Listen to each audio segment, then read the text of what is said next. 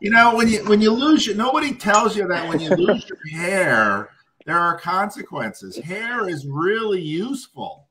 Keeps your head from getting burned, keeps your body heat, you know? Is that the Tim Pool beanie or the beanie that Grimgris sells? Grimgris has a one that will protect you from the signal. Oh, does Grim Grizz sell a beanie? I should get one of those. Yeah, it's better than a tinfoil hat, I think. This is just a toque to keep my head warm in the winter. Hey, so. Paul, I got a question for you. It's the same question. I don't know if you heard the question I asked earlier, but I don't know, maybe Gavin, you can remember the question better. It's something like, if not Kanye, then who and what? Right? Or how? Yeah. Or if not Kanye, what? Then who? I don't understand the if not. I don't understand the context of if not. Yeah, we got to bring him up to speed, Chad. I think Kanye got kicked off Twitter again. well, okay. So the thing that I've been saying is, we're interested. It seems like everybody's interested in what he said, and the things that he says, and I'm more looking at it as like what he's trying to, the hypocrisy he's trying, or the pattern that he's trying to draw out into the open, right? And like, and it's like something that like sensible people have tried to talk about in a sensible way for long enough. It hasn't seemed to brought about any kind of real solutions or any kind of desirable solutions, let's say, that people want to play with in a sensible way. So my question is, if not Kanye, then what and how? Right. So a really helpful word to remember in this moment is transgression. So if you listen to the postmodernist, the woke conversation, you'll hear a lot of the elevation of the transgressive. Now, what happens is people sort of hear that and get triggered, and so then you once you say that word, you set up the whole, authoritative transgressive dynamic. Now, what I hear you asking, Chad, is so the racist conversations got so overheated in that when anything, let's say me wearing a beanie is racist, and I'm sure it's racist for some people in some way, but me wearing this hat is racist and everything is racist, then racism ceases to be a category that functions effectively. And in some ways, what Kanye is doing is using this transgressive to destroy the category. So you have a black man who's spewing out the most awful anti-Semitism in a context where we had the declaration and public affirmation that only people of certain races can be racist, which is absolute nonsense for anyone who's been around the world at all. Racism, bias, all of this is part and parcel of the package of total depravity. It comes up all over the place. It's sort of the sinful. It's sort of the sinful byproduct of bias. It's never going to be eliminated. It's always going to be present. So Kanye just, what's interesting about Kanye is that he's just exploding the categories, and he's in a sense forcing the systems to reset. And that's in a sense what the transgressive does. It forces systems to, it's like a circuit breaker. It forces systems to reset and to sit back and say, well, okay, what do we mean by racism? What is racism? And there's an incredible amount of nuance under it. And so, and now I'm not saying Kanye is doing this consciously. If there's anything that at least I take from it's very hard to know with people what is conscious and what is not, what is intentional and what is not. Again, those two categories have also been overblown. So Kanye is acting out, and if there's anything that I've noticed about Kanye, it's that he is just he's sort of like a person that has no filter, and he's also astoundingly intuitive, and he's been living at the heights of our society in a way that none of us have, as a billionaire, as married to, in a sense, the queen of the temple of attention, because that's what Kim Kardashian was. She's the queen of the temple of attention. And so he's right there at the top, and he's just expressing the transgressive circuit breaker that our culture has in certain registers. And that's why Peugeot nails it really well when he says, you know, watch the fool, don't follow him. Because what is happening with Kanye is basically showing the limits. And it's going to help the culture recalibrate the limits. And now fortunately, and this is something that I think is underappreciated in our current context, we're doing this hopefully without much violence. Whereas, for example, the Holocaust was a moment of extraordinary violence that had the same function. And when we can do this with speech instead of with blood, it's a huge upgrade. And so, so, you know, so what happens when Kanye gets banned from Twitter is we're finding the limits. So people were, okay, so we've got new free speech Twitter with Elon. And, well, what are the limits of free speech on Elon? Because free isn't limitless. Now, those two words aren't the same. And so, because freedom always has with it responsibility. Good freedom always has with it responsibility and capacity. And so Kanye is in a sense just the cultural element out there through his transgressiveness, helping everyone else discover the limits. And again, fortunately, we're doing it with language and not with bloodshed. And yeah, but they're also taking his bank accounts and shutting those down. And so it's weird to me too that stuff's happening. But well, again, that's why I'm saying it's money is always a function of a system. Mm-hmm. Money isn't, and that's really important to destroy the idol of money is to always recognize that it's a function of a system. And we're seeing that Bitcoin is a function of Bitcoin. Dollars are a function of the US government. And so you never own your money. It's always owned by that system. Right. And that's what I was saying. I think it's really interesting that for me, what I'm paying attention to is like, I don't care what he said.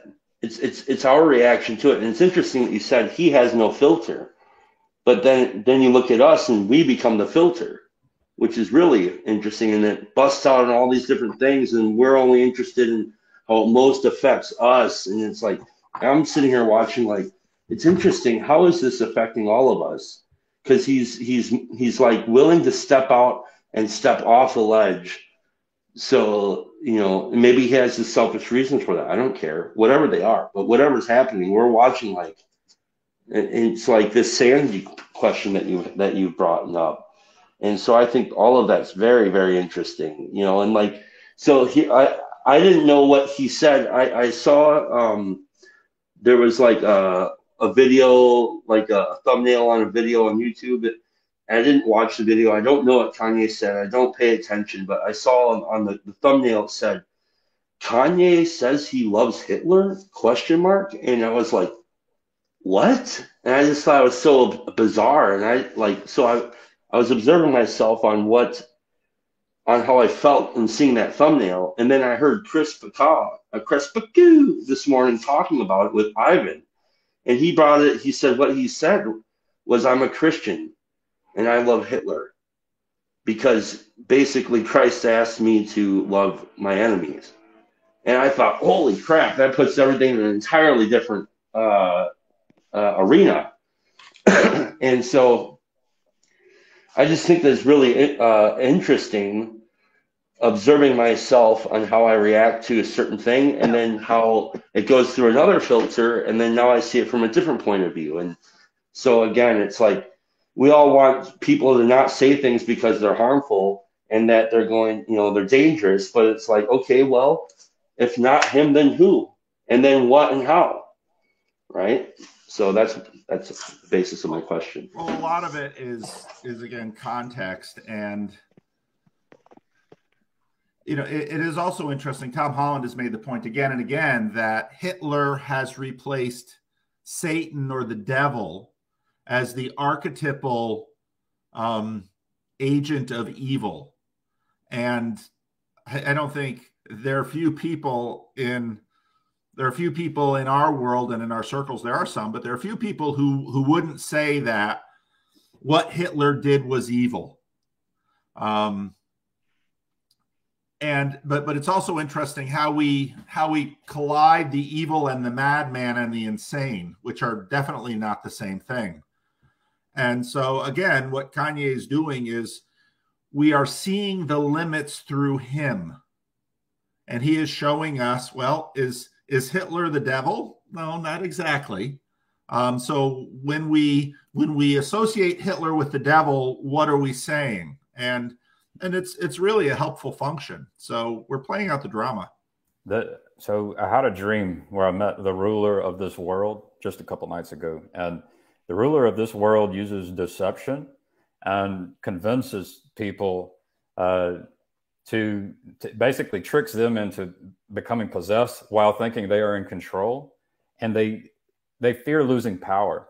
And for me, it's like Kanye's speaking against the system. He might be using words. He is using words I wouldn't use, but he's basically saying things and having the system where my dream tells me the system has a ruler, which is like Satan, and he's experiencing the result of this kind of fallen world that we're in, and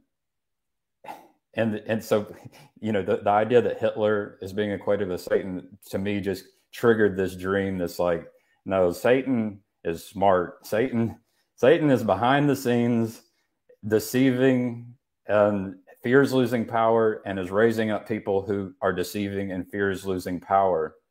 And that's what's going on. Yeah, and how can you discover what your idols are if you don't have that happening?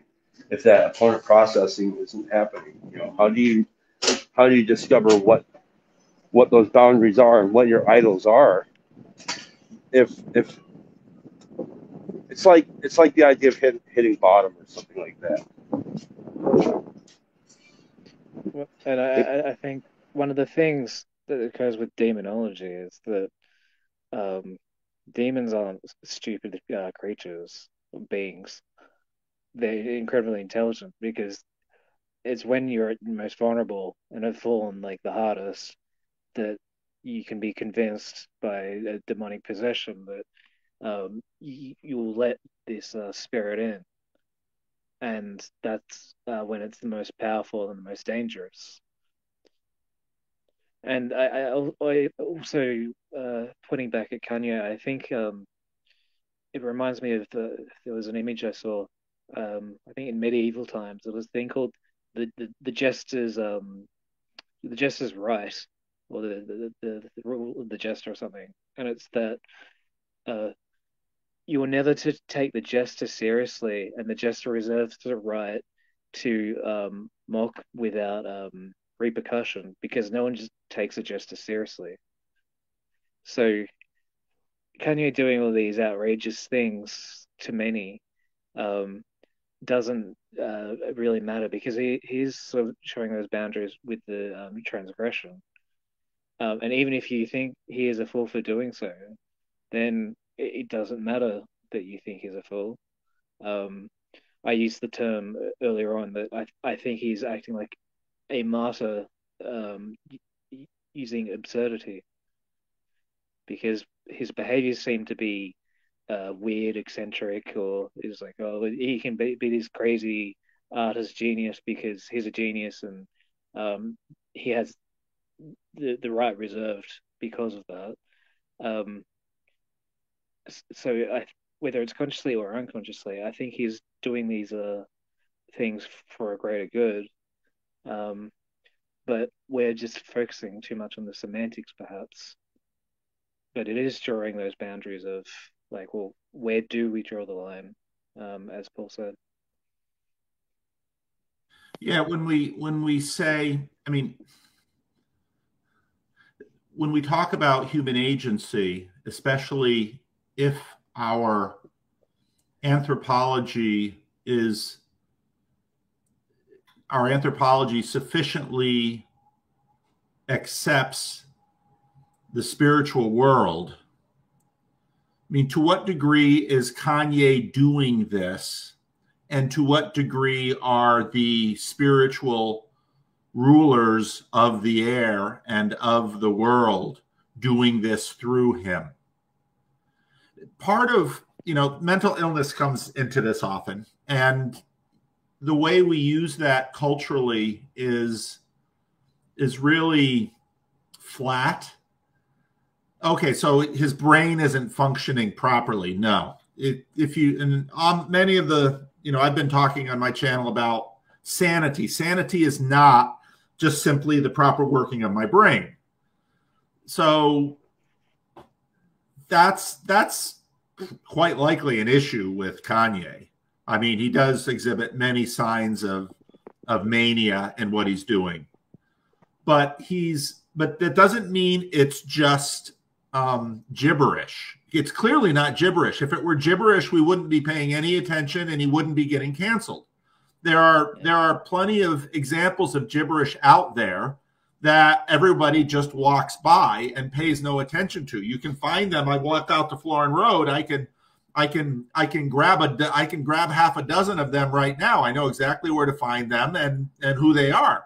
And I can put a camera in front of them and they can start talking and they'll just talk. And nobody will worry a thing about it because in a sense, the signal to noise ratio is really low. Now, Kanye's signal to noise ratio is quite a bit higher. And so in some ways, he's channeling various spirits of the air, which is why he's getting canceled and why he's being held accountable. Because again, he is in some ways sort of this transmission point through which we are all participating in discovering the limits and the boundaries of the transgressive in the culture. And that's the function of what's happening. And so it isn't simply Kanye and his mental illness. It's to what degree, I mean, the reason Kanye is a billionaire and a musician and a genius and a fool and the court jester, I mean, again, he was married to the queen of the Temple of Attention. And so he was both the king and the fool. I mean, he always was. And his father was a Black Panther. His mother was a university professor. And part of what we see through Kanye is sort of like, I mean, Peugeot keeps pointing to David. There's a relationship between the king and the fool. And you can see this relationship with Jesus as well. On one point, Jesus' family wants to come and take possession of him because they worry that he's insane. And if you read some of what Jesus says, he's sometimes the fool. The greatest among you the greatest among you must be the servant of all. The first will be last and the last will be first. The reason the Gospels continue to be read and don't get stale is because he's the highest and the lowest. I mean, all the stuff Peugeot says, I mean, Peugeot is right. And Peugeot is able to sort of bring this out for us to see. And Kanye is bringing this out for us to see. Now, that doesn't mean that the anti-Semitic statements and his And these latest antics on Alex Jones, of all places, aren't in fact racist and dangerous. Yes, they are. There's a reason that even Alex Jones has to backpedal. But what Kanye is doing again, he's sort of illuminating the territory. Here are the boundaries. If we can live within these boundaries and life is good, you transgress them and things go bad. And again, fortunately, we're doing it in terms of speech. We're doing it in terms of mental maps, and we're not doing it with tanks and guns and concentration camps. So it's overall, it's a healthy exercise. Yeah, it'll be interesting to see what history says about it. It's interesting that, like you said, I don't know how much of it's intentional or how well thought out of it is. It's like very impulsive. It's like, I'm willing to do this, so I think there is, as absurd as it is, there's something admirable about it. Thank God that not all of us have to do it, because that would just be an absolute mess. But in some ways, anybody who utters the word "ye" or Kanye is doing it. And again, as you said, he has no filters, and we're acting as his filter. And it's just it's pointing at something like paramount in the overall cultural conversation. It says what he's doing says so much about us. And I think that it's very, very important that we pay attention to that. That's why I sent you a link to Chris and Ivan's conversation. I don't know if you'll check it out, but if you do, those guys, man, they hit on some of the most interesting things when they get into this. So thanks for chatting with us this morning. Yeah, I'm glad for everybody here. I'm thankful that everyone's here. I'd said earlier, we were trying to. It seemed like we were trying to stillman Kanye, and then we had Ariel in the chat, and we were able to then stillman Ariel. And it would be nice to see like someone from Judaism trying to stillman Kanye, because he's seeing patterns. I forget who had said that in this conversation, but he's seeing patterns.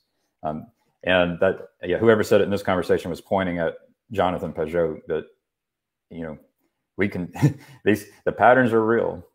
He's seeing them. He just happens to be using a language and using words that, cause everyone's trained. Like, I feel like we're like often like Pavlov's dog, with the training we've received is that the alarm bells start going off, and when we hear certain words and phrases, but there are patterns that we could really pay attention to, those patterns, and try to have an important conversation about the bad patterns that exist in society. And he is shining a light on that, the opportunity to have that conversation. It reminds me of in 1984, the book. I don't remember exactly how it goes, but there's something about how you can't remember who was the enemy first. Was it the East or the West? And it keeps going back and forth. And it's like, we've gone through this so many times, I can't remember who the enemy was. And it's like, when I think about whatever that trope is, it reminds me of a lot of what's happened, a lot of what's manifested in the world. Maybe it's always been there. Like, we can never really, we're always playing this strange game.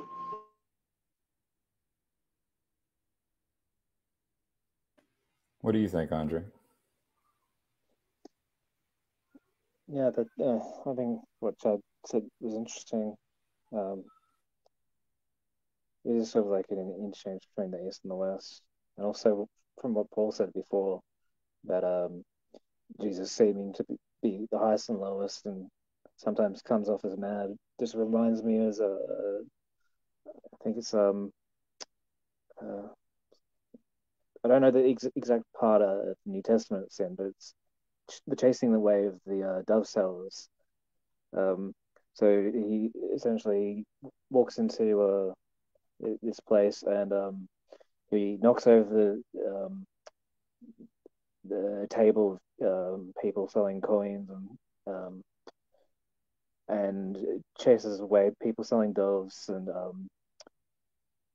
and also I think live cattle or something like that, and shouts, "Get away from this place! This place is the place of my father," um, and you're sort of desecrating it. And I'm paraphrasing this very strongly, but what precedes this is that he makes a whip from I think either rope or uh, flowers or something like that tied together, and he uses that to sort of run at people and sort of brandishes it and tries to scare them away. Because simultaneously trying to protect something sacred and divine, which is the place of worship, but he's using something almost farcical in that, like, his um, fashioning a whip impromptu and attacking people in order to do so. So that combination of both the king and the fool, I think, comes together in that parable. I wish I could remember what part it's from. I've got it written down somewhere.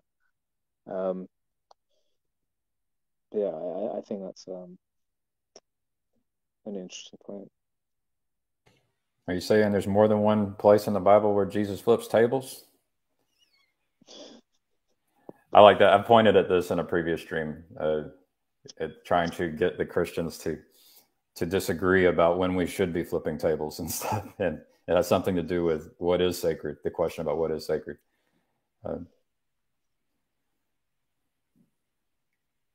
I know there's the story of him in the temple, flipping tables in the temple, and the temple being a sacred place. But yeah. So yeah, Kanye's bumping into things. Well, I mean, perhaps Kanye is in his own way flipping the tables, but using his words to do so.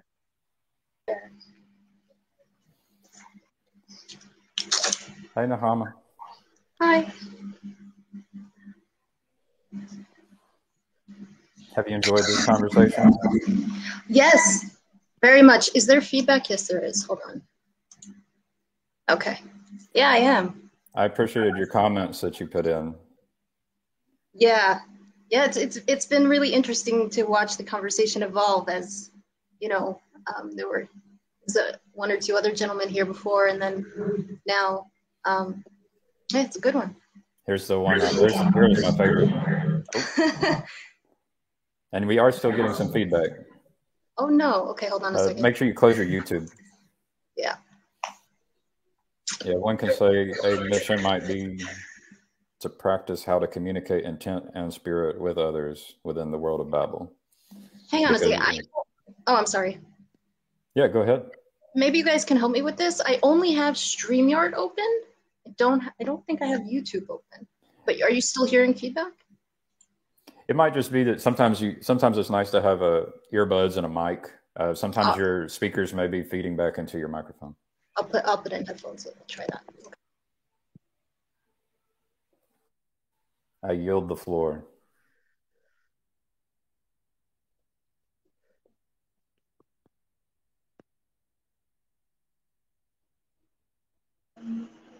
Well, I've said enough, guys. I really appreciate the entire conversation. It's good and healthy, and I'm gonna hop off. But thank you, and hope to see you guys around. And let's not take ourselves too seriously. Yeah. Later. It's always a pleasure. I wanted to say how much, hopefully Chad will get this. I wanted to say how much I appreciate his channel. He's been doing some amazing stuff on Friday Morning Nameless, and he's not taking himself or us too seriously, which is really good. So. Yeah, with a wrestling mask like that.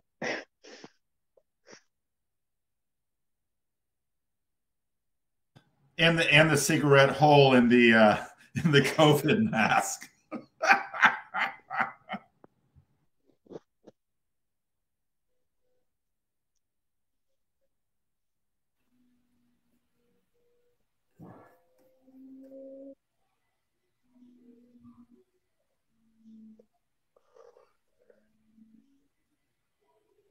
So Nechama, do you want to try to point at the patterns that Kanye sees? Yeah, sorry, I'm trying to figure out my whole Bluetooth situation, and I'm not being very. Oh yeah, well, take your time. Just let us know. Yeah. We're not in any rush. I just know how annoying it is to have that feedback, so I want to try to figure it out. Well, you can speak, and I can mute. I sort of approach this similar to what we did in Discord with the open studio, in that, you know, silence isn't a bad thing. This isn't radio that, you know, you can have a few moments of, we don't have to fill the world with our yapping. This is true. That's true, but I like the sound of my own voice.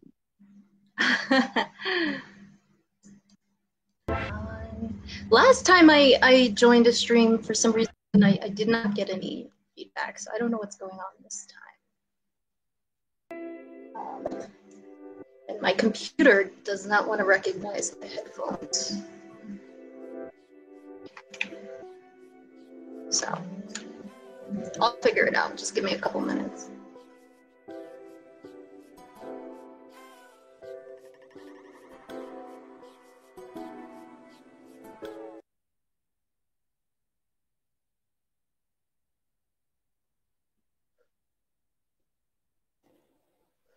So Chad says she'll have to go into her settings in StreamYard and switch it to Bluetooth.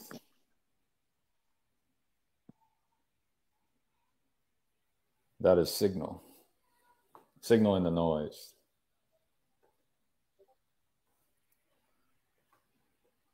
I feel just like Chad when I do this. cover the lower part. I'm just not gonna, you know, I'm just emptying the dishwasher, making breakfast, having breakfast, and, you know, just can catch you guys for a few minutes. And I hope to do a Bridges of Meaning Q&A at, hey, there's Tayo. Hey, good to see you. It was so fun meeting Tayo, and when Vendanka and I were in the UK. That was so awesome. Yeah, it was. Are those groups still going? Yes, they are. We've got next Ethereum meeting on the 11th of December. Awesome. Yeah. It's good to see you too, Paul. Well, way to go. That's awesome, Tayo. Yeah, I was part of, together with Andrea, Gavin, and Chad, we are the reason the conversation has been very Kanye dominant.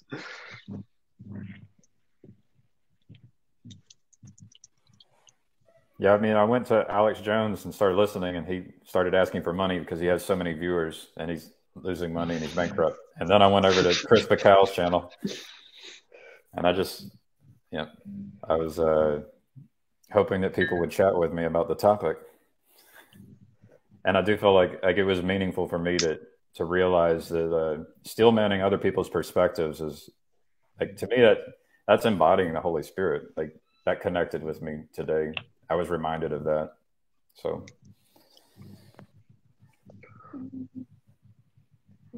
and I asked, and I apologize. It sounds like I may have mispronounced your name earlier, but Tayo, I apologize for that.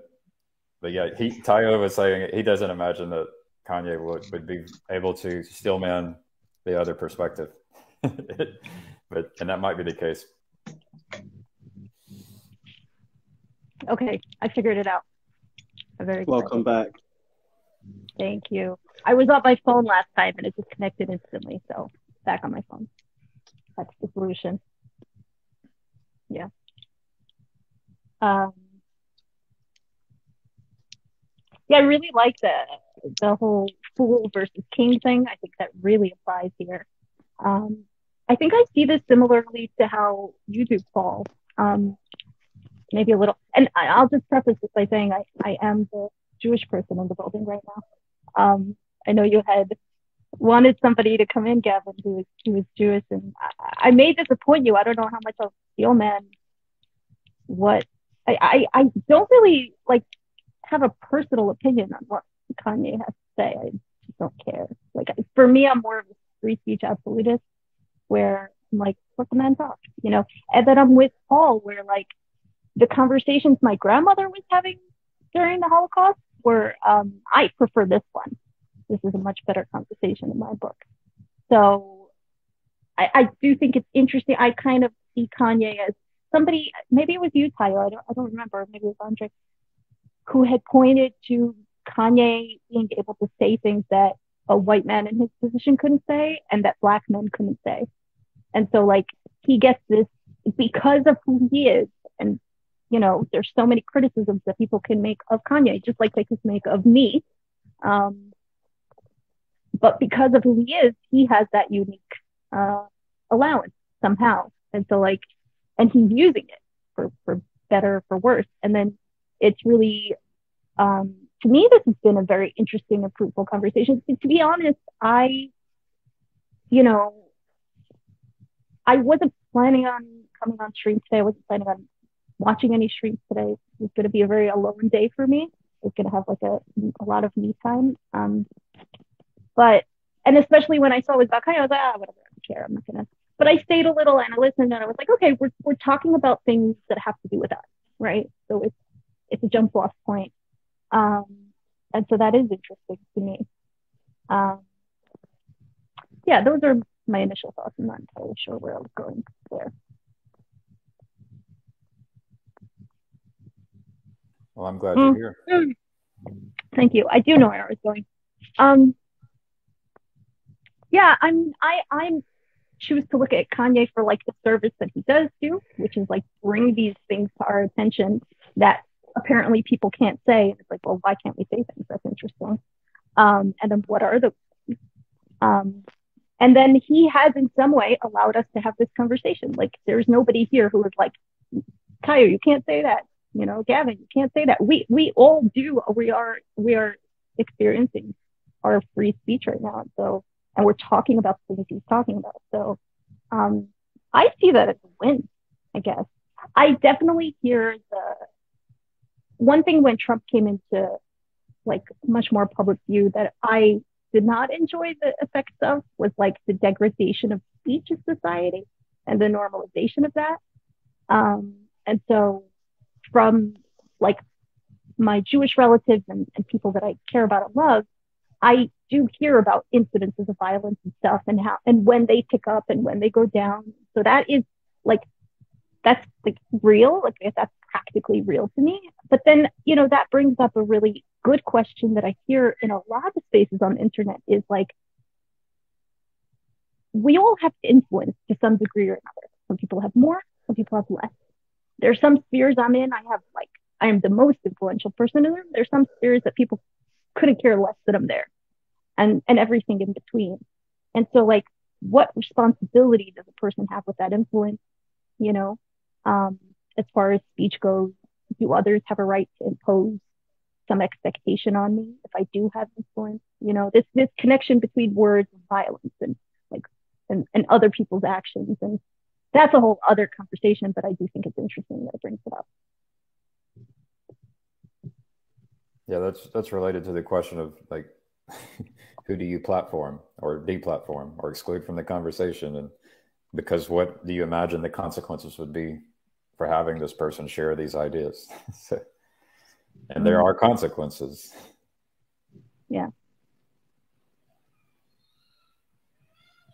I wonder if Paul has ever had a conversation with someone where he decided he did not want to share it. It wasn't the other person. Like that's kind of that would be there have been. Yeah. So you decided not to platform people. Yes. Right? Yeah. So that's good to know. There's some responsibility with your platform and you're trying to be responsible with your platform. It's good to know. I appreciate you sharing that. Yeah, I don't talk about it.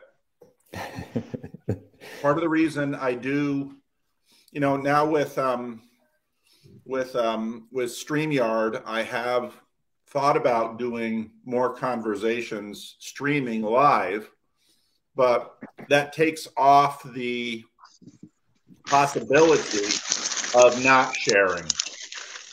And that's not a bad possibility. And most often, many of the conversations, many of the randos conversations I have that don't get shared because the person doesn't want to, which is, I tell people, if we have a conversation and you don't want to share it, I won't think any less of you. It is absolutely a sign of sanity to not be on the internet. Many times, the most common thing is that they wanted to talk about some things that would not be appropriate to talk about in public because many of the people are alive. There's been conflict, there's been harm, there's been hurt. Like the conversation I posted this morning, I don't know if we could have done that where she's very, very much discloses the, her father, the trauma of alcoholism, what that did to her life, broke up her parents' marriage. If her father hadn't already died, we probably couldn't talk about that the way we did. Sometimes you can. Sometimes it's gotten to a point where, usually if there's been enough healing, reconciliation, where the person has owned up to the fact, gotten beyond their alcoholism, but so many conversations aren't shared, and that's absolutely okay. Sometimes we will share a conversation, then I'll get a note from someone, please take down our conversation because, and then they have a variety of reasons, and I'm happy to do that too. So, but no, there have been very, very few, because I'm pretty broad, where someone, for one reason or another, was saying some things that I didn't want on my channel, and they were too much for me. And so, no, I'm not making a statement about the world, but this isn't who I am. This isn't the conversation I want to have. This isn't the conversation. I mean, and I also am very careful. Everything I put on, I am not promoting, even though there's that tension with platforming. Some things I put on because there needs to be conversation. And like with Kanye, the transgressive needs to be seen so that people will understand where the lines are. And again, we don't know where all the lines are. I mean, that's the limitations of law. There's always there's case law because there's always new permutations in the world that the legislators couldn't anticipate or didn't have the time, or there wasn't reason to actually list them all out. So that's why you always need a living human judge to say, this is good, this is bad, this is in bounds, this is out of bounds. There's always an out of bounds.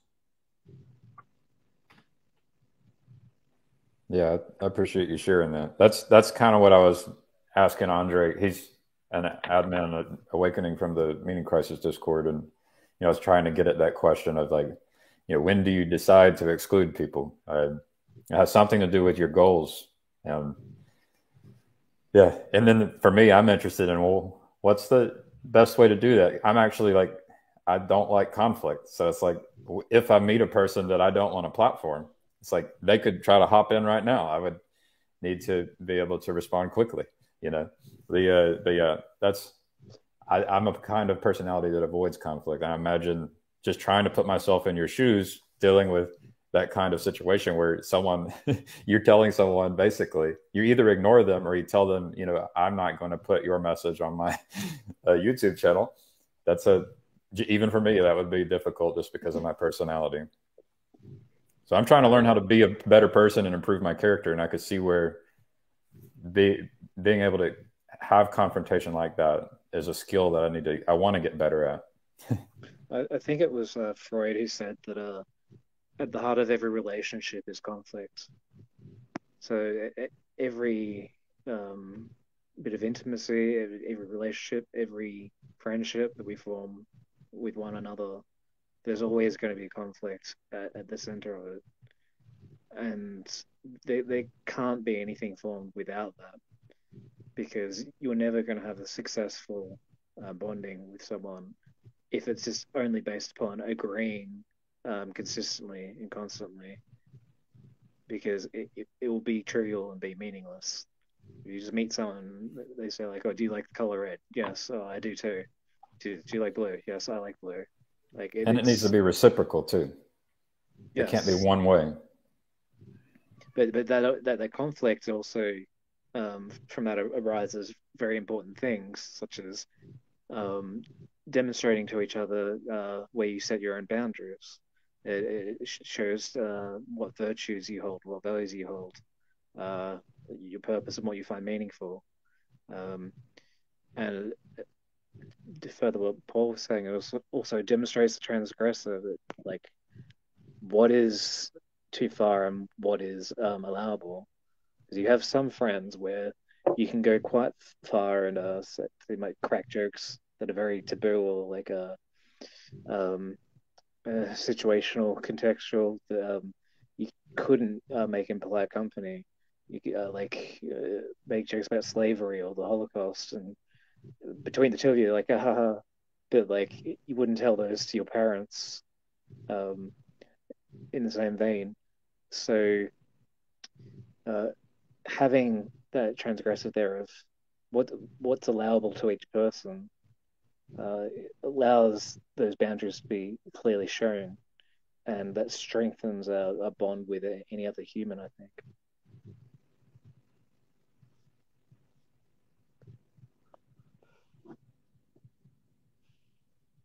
Yeah, what's allowable to each person is very interesting, because the idea of intent came up much earlier in the conversation. And I just remember thinking at the time, like, how would I even know Kanye's intent? I don't know. I haven't talked to him. We haven't had a conversation. So I have zero way of knowing. I won't even presume. And for me, a lot of what is allowable in my personal conversations has a lot to do with intent. And so that's very interesting. Meaning I don't engage too much in the nitty gritty of Kanye's words or actions, because he's not in my personal life. So I don't have the tools that I usually have to be able to do that with the people that I do know and do interact with. And so I'm able to have those just as contentious, if not even more contentious, conversations with people that I know, but because I have more tools at hand. That makes sense.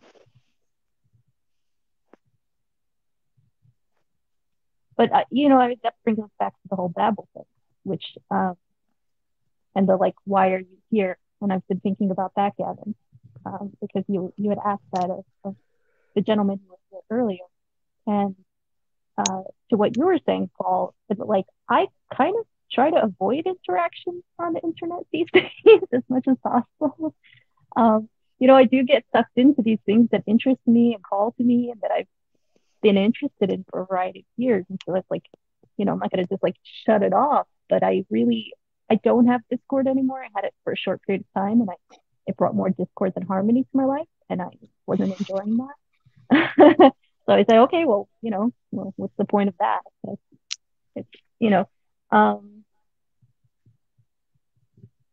Excuse me, I'm going to have a couple brain farts because I only just had coffee. It's going to take like 20 minutes to kick in. So I keep starting a thought and then going, what the heck was I talking about? So, yeah. I just had a blank there. Yeah, how do we navigate the Babel? Like that this is the state of the world. We use language and different people interpret it differently. I mean, I have thoughts about it, and maybe we're trying to do it, but it seems really important to be able to do that. Yeah. Okay. That's what I was thinking of. Why am I here? At least for today. Maybe tomorrow is a different reason. Who knows? But this interpreting of different languages, I feel like I've done in my personal life. I came from an Orthodox religious background, and so that's like one of the highest levels of practicing. And I chose a different path. But in that whole process, over the course of 15, 16, 17 years now, I'm 33 now. I made the choice to leave when I was 16. My relationships have gone through these like incredible arcs that I now am looking at general society and going like, oh, you guys are going through what I went through almost, like that separation from my parents and then coming back, and then how do we talk when our realities are different, and you think I'm a bad person and I think you're a bad person, and we can't reconcile these things, and so I've been through this whole personal journey myself with like my world, and now I see the greater world. But initially when I saw the world sort of going through this thing, I was like, oh damn it, like I don't want everybody to experience this turmoil and tragedy, but we're here, and so maybe that's what I have to contribute. I don't know, because it's not that I feel like I have the answers. I am very aware that I don't, because everybody is very different, and the answer for everyone is very different. The more I live, the more I learn that. But this opponent processing, maybe that's where, maybe that's why I'm here, because I've built a world and relationships, of Venn diagrams, people in my life that I love and care about, who, if society looked at it, they would go, that's not possible. And it's not possible. It's my everyday life. Like, I have friends who like are at Trump rallies, and I have friends who are like working for the government in DC, and I've embodied certain positions in various places that also would seem completely like, not aligning at various points of time. So,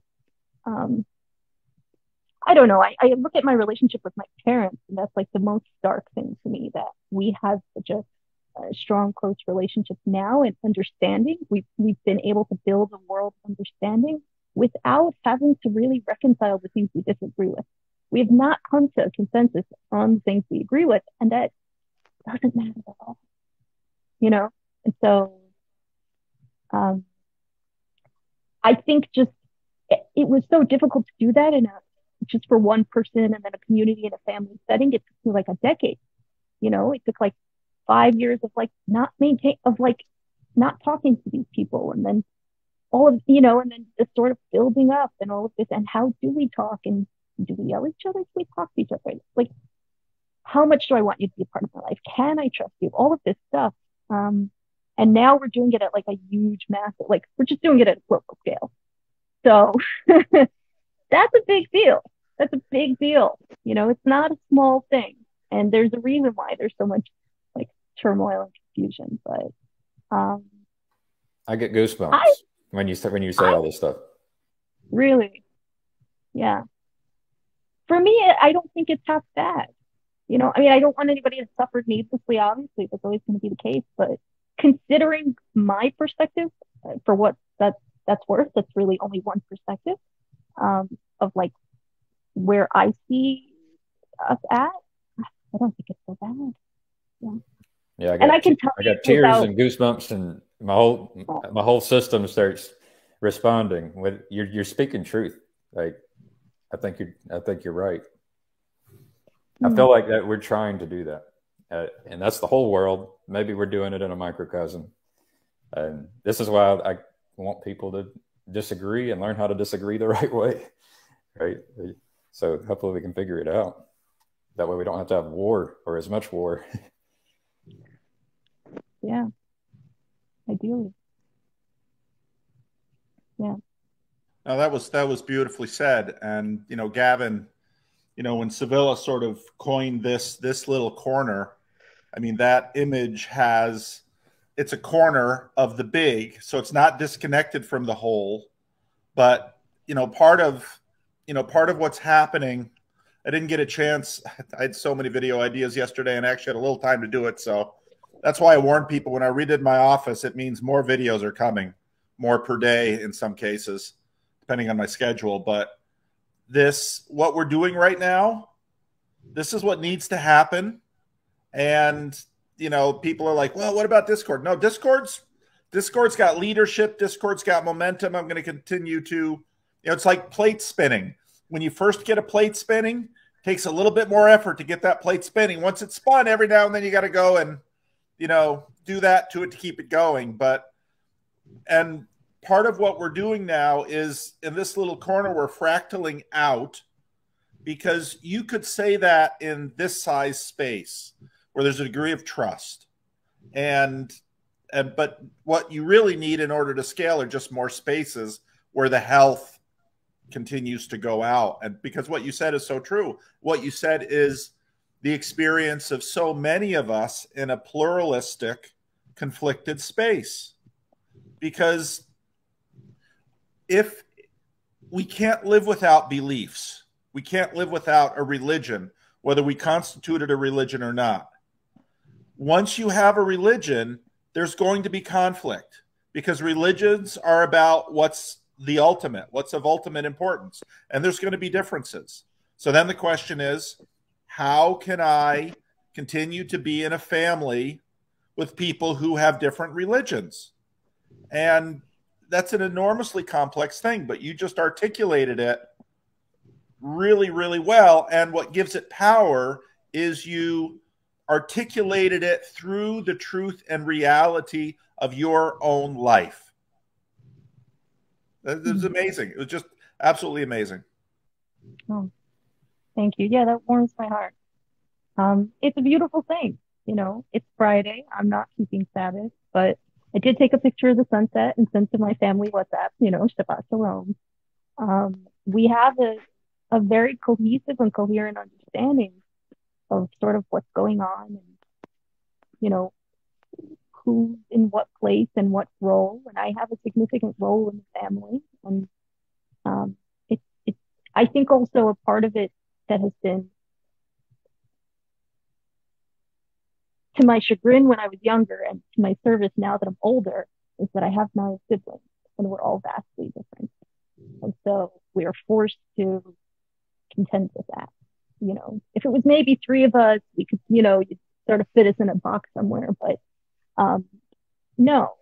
And we're all very interesting people, some of us competitive, some, you know, it's a fascinating arena. And like, yeah, it is really beautiful. I'll have some days, you know, my life in some ways is really boring, and I'll have some days that are really fascinating.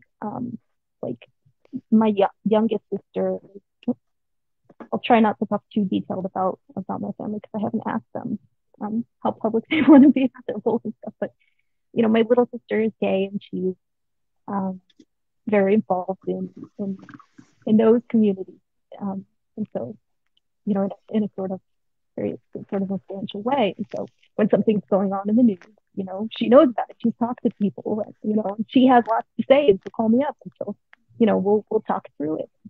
You know, my oldest brother works for Agudath Israel of America, which is, you know, the leading sort of one of the overarching Jewish organizations of that have a variety of departments that work internationally with Jews all over the world. And so, and he has a prominent position there. And so, you know, and sometimes, and so when, you know, I had one day,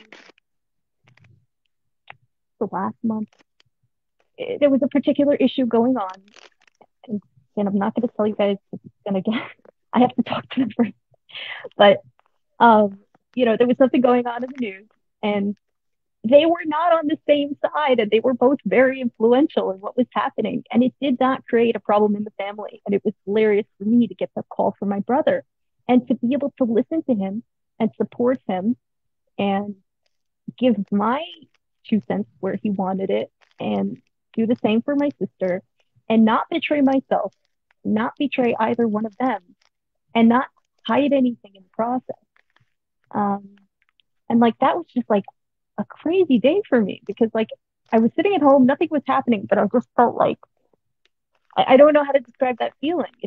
And then I'm looking at the news, and, you know, it's what we're talking about. And I know he's going to go to his board, and they're going to talk, and it's going to influence that, and she's going to go do her thing. And, you know, like, we all have an effect on the world around us to a degree. And so I was like very aware of like my position as a sister in this situation. And like, I could react any number of ways. I could interact with them in any number of ways. And, there's a deep sense of satisfaction. It's the process to get here.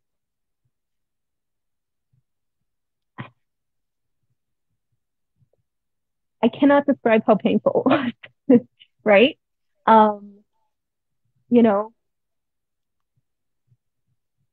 And I say that to validate how difficult it is now for everyone. And it was worth it. So, yeah. It takes so much. You have to be raw. You have to be bloodied at times. You have to humble yourself. You have to think about, like, why am I here? What do I want to accomplish? Do I belong here? I've been in spaces where I realized, oh, I don't belong here, either for myself or for other people, you know. When we talk about the boundaries of like who should be here and who should not, you know, I do think about whether I should be here. I didn't join earlier, and there were reasons why I did not, because I didn't belong here earlier today, and I do belong here now, right? Those are personal reasons. So it could have to do with what's going on with the conversation, but it wasn't the case. So, yeah, it's a very interesting moment, and in all of my explorations, like as I'm going through this process with my family, I'm intensely curious, as you are, Paul, about a variety of things. And so I find myself sort of, this corner has been named this corner, and I sort of see this whole like thing as a puzzle in the online space. And I'm like, oh, I've been to the center, and I've been to that top little puzzle piece, and now I'm in the little corner, which is like a variety of puzzle pieces in the corner, you know.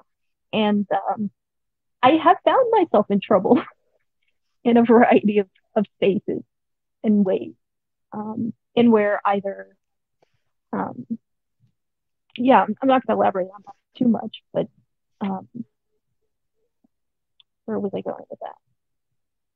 Another brain fart.